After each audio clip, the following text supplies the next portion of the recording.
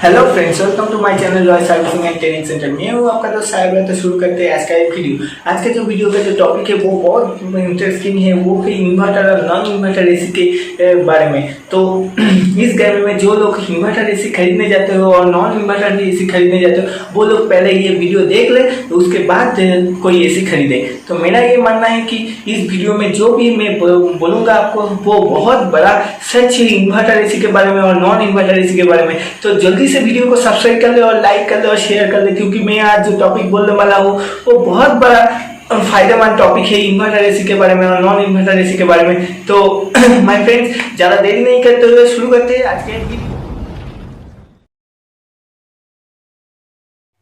अगर आप इसी गर्मी में इन्वर्टर एसी खरीदने जा रहे हैं तो बहुत बड़ी गलतियां कर रहे हैं। मेरे बात ये मान लीजिए आप, क्योंकि आपको टेक्निकल कोई नॉलेज नहीं पता है कि इन्वर्टर एसी कैसे चलता है, क्या वो कैसे काम करते हैं। आप जाएंगे खरीदने, सेलर्स लोग जो भी है आपको वो समझा के आपको एक खटारा एसी आपको पकड़ के देंगे और आप घर में वो लेके चले आएंगे। लेकिन उसमें आपका बोलेंगे कि बिजली बचता है, ये बचता है, वो बचता है, लेकिन आपको पता ही नहीं है कि वो उसके बारे में थी वो क्या काम करता है, कि कैसे वो काम करता है, उससे कैसे बिजली बचाता है। तो ये सब बात मेरा ये पूरा वीडियो देखिए, मेरा ये पूरा बात आप सुनिए, फिर जाना खरीदने, फिर डिसाइड करना आप कि आपको इन्वर्टर एसी चलेगा या नॉन इन्वर्टर एसी चलेगा। मैं ये वीडियो में आपको पूरा बताऊंगा कि इन्वर्टर एसी कैसे काम करता है और नॉन इन्वर्टर एसी कैसे काम करता है। इससे पहले मेरा और भी एक वीडियो है, उसमें मैं थोड़ा कुछ बता दिया था लेकिन कोई टेक्निकल इन्फॉर्मेशन उसमें नहीं दिया था। तो इसमें सारा टेक्निकल इन्फॉर्मेशन भी दूंगा कि उसमें टेक्निकली क्या क्या फर्क होता है इन्वर्टर एसी में और नॉन इन्वर्टर एसी। सबसे पहले तो हम बात करेंगे कि इन्वर्टर एसी कैसे काम करता है। तो मेरे बात पूरा ध्यान से सुनिएगा, ये कुछ टेक्निकल भी इन्फॉर्मेशन मैं यहाँ पर दूंगा। तो एक इन्वर्टर एसी जब काम करता है वो पूरा इन्वर्टर मॉडल हम किसको बोलते हैं ये पहले हम समझ लेते हैं कि ये हमारा जो घर में लाइट, फैन, टीवी वगैरह सब कुछ चलता है ये एसी लाइन पे चलता है, यानी ऑल्टरनेटिंग करंट पे चलता है। और जब उस ऑल्टरनेटिंग करंट को हम डीसी में कन्वर्ट करेंगे, यानी डायरेक्ट करंट किसको बोला जाता है? जिस करंट को हम बैटरी से लेते हैं। अगर नॉन टेक्निकली कोई लोग है तो ये समझने में आसानी होगा, इसलिए हम एग्जाम्पल बैटरी को दे रहा है। लेकिन यहाँ पर बैटरी का वोल्ट और यहाँ का वोल्टेज बहुत अलग होता है। फिर भी हम बैटरी को एग्जाम्पल के थ्रू पे लेते हैं कि जो करंट बैटरी से हम जो लोग वोल्टेज लेते हैं और करंट लेते हैं वही है डीसी, और हमारा जो 220 वोल्ट होता है घर पे वो है एसी। तो इस एसी को हम जब उस डीसी में कन्वर्ट करेंगे तभी होगा इन्वर्टर। हमारा घर में जो कुछ भी जो इन्वर्टर भी चलाते हैं कई लोग, मैं जानता हूँ बहुत सारे लोग का घर में होगा इन्वर्टर। तो वो जानते हैं कि इन्वर्टर में एक बैटरी होता है, वो बैटरी से करंट लेके वो हमारा 220 वोल्ट करता है, 12 वोल्ट से 220 वोल्ट करता है। तो वही है इन्वर्टर का काम ही होता है कि एसी से डीसी में कन्वर्ट करना और डीसी को एसी में कन्वर्ट करना, इसी को हम बोलते हैं इन्वर्टर। तो ये बात क्लियर हो गई मेरे समझने में कि आप समझते होंगे कि इन्वर्टर किसको बोला जाता है। तो इस इन्वर्टर जो सिस्टम है, इसको हम आप क्या करते हैं कि एसी में लगा दिया। एसी में लगाने से इसके फायदा क्या होगा? इसमें बहुत बड़ा फायदा है कि जो एसी हमारा 220 वोल्ट एसी में हम सप्लाई देते हैं, उस एसी 220 वोल्ट को हम आप डीसी में कन्वर्ट कर पाते हैं एसी में देने से। तो इसमें फ़ायदा क्या होता है? फ़ायदा ये होता है कि जो हम 220 वोल्ट दे रहे हैं और उसमें जो कंप्रेसर स्टार्ट हो रहा है, उसमें जो कंप्रेसर का स्टार्टिंग अमाउंट है, मेरा बात क्लियर हो रहा है कि नहीं? तो हम क्या बोल रहे हैं कि उसमें जो कंप्रेसर का जो स्टार्टिंग अमाउंट है वो स्टार्टिंग में हाई करंट लेता है, क्योंकि वो एसी का जो भी मोटर है, जो कुछ भी हम चलाते हैं, पंखा वंखा सभी वगैरह, तो जब वो स्टार्टिंग होता है तो उसमें दोनों टाइप का कॉइल होता है, एक स्टार्टिंग कॉइल एक रनिंग कॉइल। जब वो स्टार्टिंग होता है तो एक झटके में उसको स्टार्ट करने में उसका जो रोटेशन पर मिनट है, जो आरपीएम है, उसको हम आरपीएम कहते हैं, उसको टेक्निकली रिवोल्यूशन पर मिनट। तो वो पकड़ने के लिए मान लीजिए किसी का होता है 1700 आरपीएम, किसी का होता है 1800 आरपीएम, किसी का 1200 आरपीएम, 1300 आरपीएम। तो जब हम लाइन देंगे तब ये शुरू में तो स्टार्टिंग में उतना आरपीएम नहीं पकड़ सकता, तो धीरे धीरे धीरे करके घूमेगा। तो इसलिए हम उसमें क्या करते हैं, कैपेसिटर लगा देते हैं स्टार्टिंग कॉइल में, और उसका आरपीएम बढ़ाने के लिए हम कैपेसिटर लगाते हैं। और जब हम उसका स्विच ऑन करते हैं तब तो वो एक झटके में वो आरपीएम ले लेता है। और एक झटके में वो आरपीएम लेने का मतलब है कि एक झटके में वो बहुत सारा करंट एब्जॉर्ब करता है। किसी भी चीज अगर वो स्थिति अवस्था में है तो उसको हम जब धक्का लगाएंगे तो हमको बहुत ताकत देना पड़ता है। अगर वो चल रहा है तो उसको हम जब धक्का लगाएंगे तो हमारा इतना ताकत नहीं देना पड़ेगा। ये बात आप भी समझते होंगे, जो नॉन टेक्निकली है वो भी समझते होंगे, ये आसानी सा बात है ना। तो वो उसका भी अवस्था कुछ ऐसा होता है, जब वो स्थिति है, जब वो स्थिर है तब एक झटके में उसका गतिशील होने में बहुत सारा करंट एब्जॉर्ब होता है। करंट यानी पावर यानी शक्ति। तो हमारा जो नॉन इन्वर्टर एसी है उसका काम कुछ ऐसा ही है। उसका जब कंप्रेसर बंद है तभी हम जो पावर देंगे जब, तो वो कंप्रेसर क्या करेगा, एक झटके में बहुत सारा पावर एब्जॉर्ब कर लेगा। इसी में है पूरा फंडा। तो एक झटके में पावर जब एब्जॉर्ब होता है तो बहुत सारा बिजलियाँ खर्च यहाँ पर हो जाते हैं। आपका महीने में बहुत सारा बिजली का बिल भी आते होंगे। तो इसमें क्या होता है, कंप्रेसर पावर खींचने में ही ऐसा होता है। लेकिन हम यहाँ पर अगर वो कंप्रेसर को एक झटके में पावर अगर नहीं दे, तो कंप्रेसर को हम धीरे धीरे धीरे धीरे आरपीएम बढ़ाए तो तब तो इतना सारा बिजली का खर्चा होने वाला कोई बात ही नहीं होता है। मेरे बात क्लियर हो रहा है कि नहीं?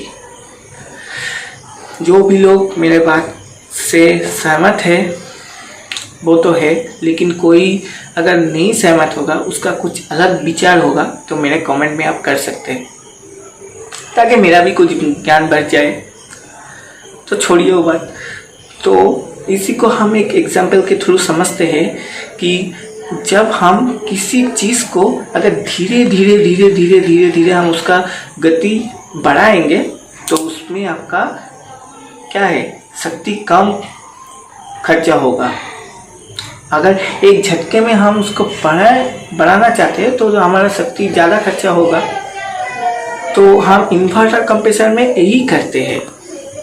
उसका जो आरपीएम होता है यानी रेवोल्यूशन पर मिनट, उसको हम जब एसी ऑन करते हैं तब धीरे धीरे धीरे धीरे बढ़ाते हैं। एक झटके में नहीं देते हैं पावर उसके पूरा, ताकि इसी में करंट कंजप्शन रद्द होता है। तो हमने ये तो देख लिया कि इन्वर्टर एसी में करंट कंजप्शन कैसे कम होता है। आप देखते हैं कि नॉर्मल एसी में क्या होता है। नॉर्मल एसी में जब हम पहले बोला था कि वो एक झटके में बहुत सारा बिजली खपत करता है, तो एक झटके में वो जब बिजली खपत करता है तो उसमें इसलिए बिजली बहुत आता है, तो आपका करंट कंजप्शन भी बहुत आता है, और इसीलिए आपका जो इलेक्ट्रिसिटी का जो बिल है वो भी बहुत देना पड़ता है।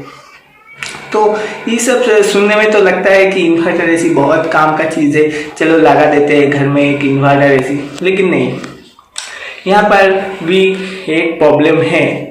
क्या है वो प्रॉब्लम? यहाँ पर भी एक प्रॉब्लम ये है कि आप एसी कितने समय तक चलाएंगे, पहले आप ये सोच लीजिए, फिर डिसाइड करना इन्वर्टर लेंगे या नॉन इन्वर्टर लेंगे। क्योंकि अगर आप नॉन इन्वर्टर लेते हैं और ज़्यादा टाइम चलाते हैं, मतलब 12 से 14 घंटा चलाते हैं, आप ये कोई ऑफिस वगैरह में लगाते हैं, तो आपका बिजली का कंजप्शन बहुत आ जाएगा।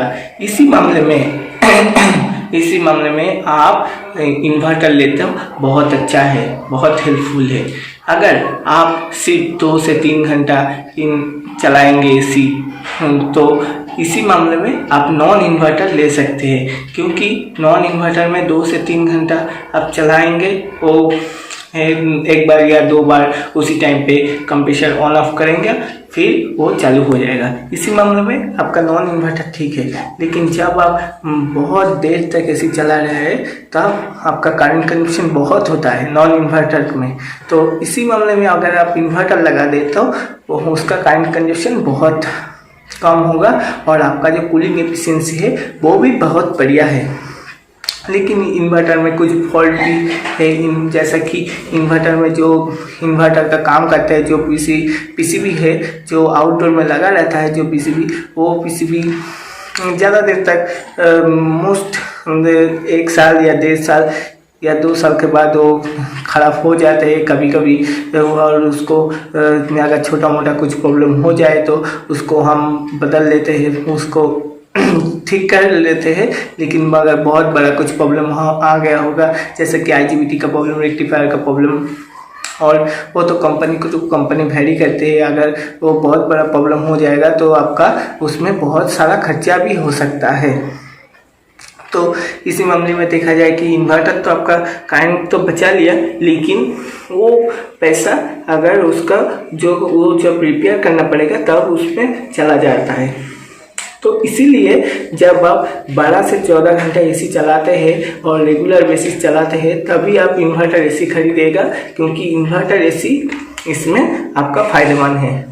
और नॉन इन्वर्टर एसी जब आपका 2-3 घंटा चलाते हैं, सिर्फ रात का टाइम ही चलाएंगे, दिन में नहीं चलाते हैं, तभी आप नॉन इन्वर्टर एसी खरीद लीजिए, क्योंकि उसमें जो करंट कंजप्शन होता है वो तो ठीक है, लेकिन वो ख़राब इतना जल्दी नहीं होता है।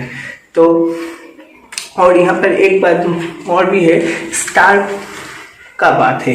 इन्वर्टर एसी में देखा जाए तो अभी 5 स्टार होता है, 3 स्टार होता है। तो मैं ये बात भी कि आपको क्लियर कर देना चाहता हूँ कि स्टार रेटिंग क्या है। स्टार रेटिंग है इसमें जो कंप्रेसर के वहाँ पे जो कॉपर का कॉइल होता है वही आपका स्टार रेटिंग डिसाइड करता है, और जो एसी का जो फंक्शन है वही स्टार रेटिंग डिसाइड करता है। ज़्यादा स्टार तो ज़्यादा करंट कंजप्शन कम होता है, और लो कम स्टार, जितना कम आपका स्टार होंगे इतना करंट कंजप्शन ज़्यादा होंगे।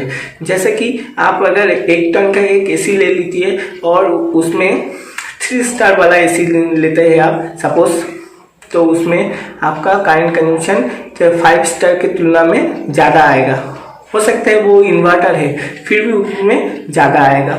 और आपका अगर आप 5 स्टार लेते हैं और इन्वर्टर भी लेते हैं और 12 से 14 घंटा भी चलाते हैं, वो तो आपका फायदेमंद रहेगा। I hope you all understand जो मैंने बताया आपको कि इसी वीडियो में कि स्टार रेटिंग क्या है, इन्वर्टर फ्री एसी क्या है, नॉन इन्वर्टर एसी का टेक्निकली उसमें क्या होता है क्या नहीं होता है, कि आपका करंट कंजप्शन के बारे में भी बताया कि करंट कंजप्शन आपका कब काम आएगा, कब ज़्यादा आएगा। तो I hope now you decide कि आपको कौन सा एसी लगेगा और कौन सा एसी नहीं लगेगा। तो आप खुद ही आप डिसाइड कर सकते हो, कोई किसी सेलर्स के बताने से आप मोटिवेट नहीं होके खुद डिसाइड करना सीखिए, और दूसरों को भी बताइए कि आपका आसपास में जो भी एसी खरीदना चाहते हैं इसी गर्मी में, तो उसको भी आप ये वीडियो शेयर कीजिए, लाइक कीजिए, सब्सक्राइब कीजिए।